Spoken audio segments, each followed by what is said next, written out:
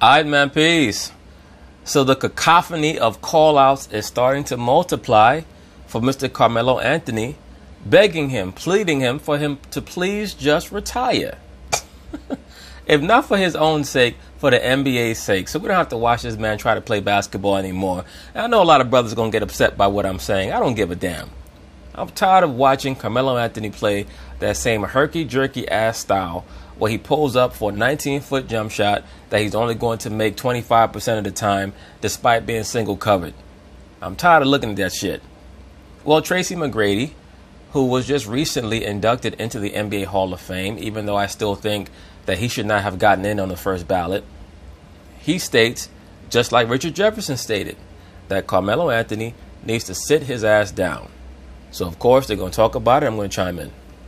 As for Carmelo Anthony, well, reporting his representatives are exploring potential landing spots, that he is not expected back with the Rockets this season. We talked about this briefly yesterday, Tracy, but where do you think Melo lands next? You know what?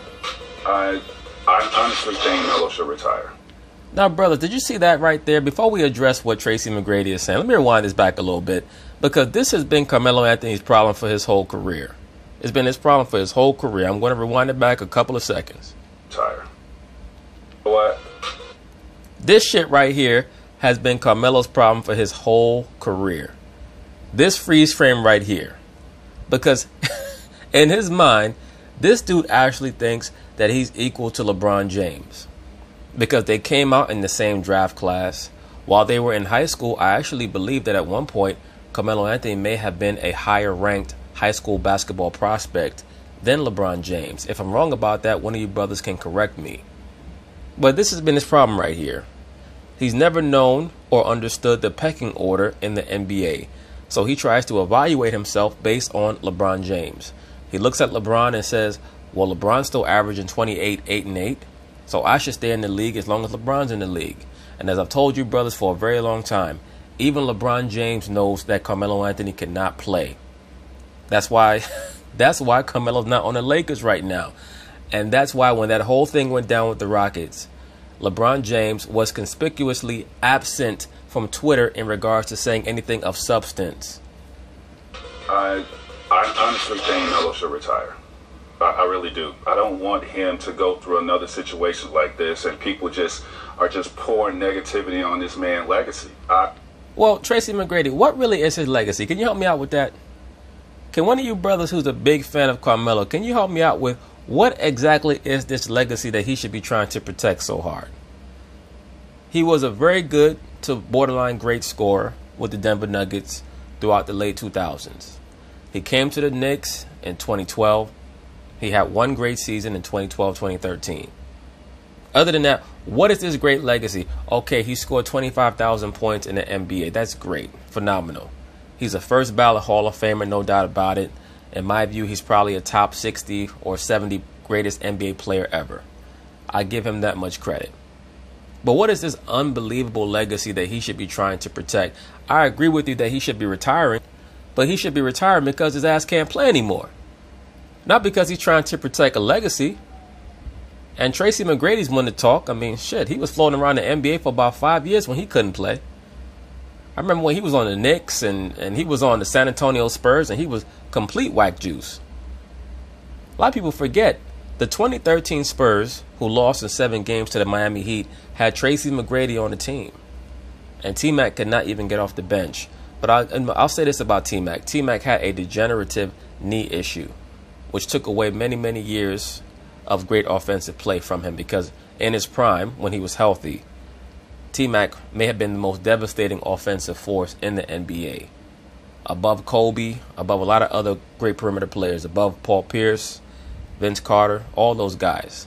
T-Mac could straight up fill it up. But just getting back to Carmelo, Carmelo needs to retire, but he needs to retire because he can't play, not to protect any type of legacy. Because if he leaves tomorrow, I mean, let's just be real about it. If Carmelo Anthony retires tomorrow, there's not going to be any fanfare. There will be no ballyhoo. It's just going to be like, bye.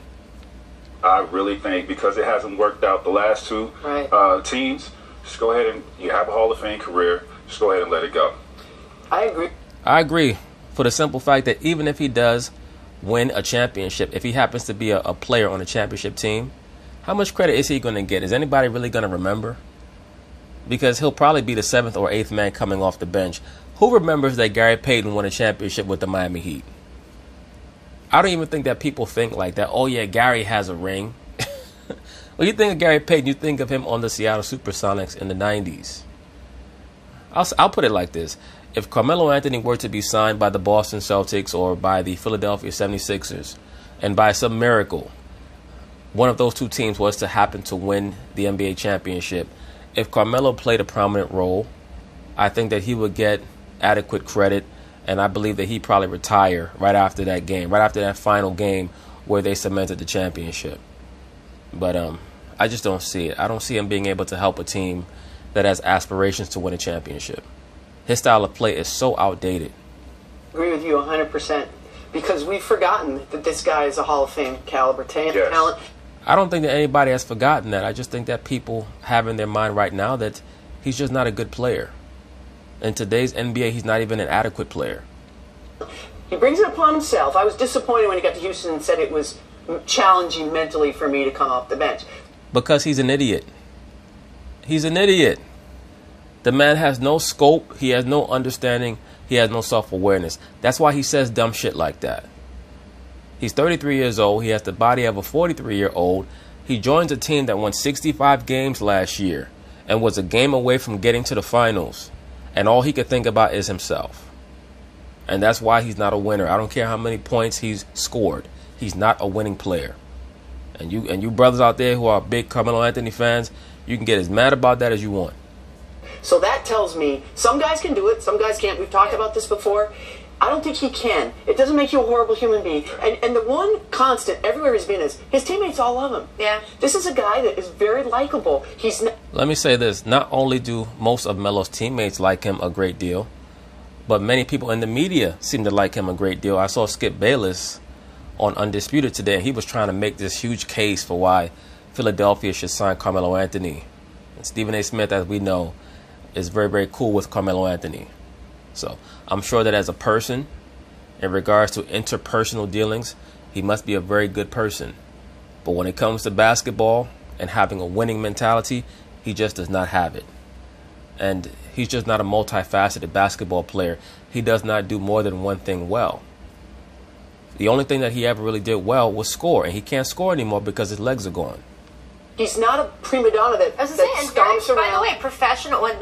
Well, I disagree with that. He must be a prima donna because it's very obvious to me that the Rockets approached him and told him, Carmelo, we're going to have to lessen your minutes.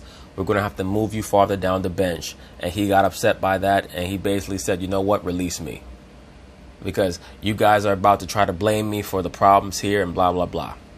That Knicks situation with Phil Jackson, he was professional throughout. So I'm with you. I'm with you. Yeah, he was professional, but I mean, we all know what that was really about.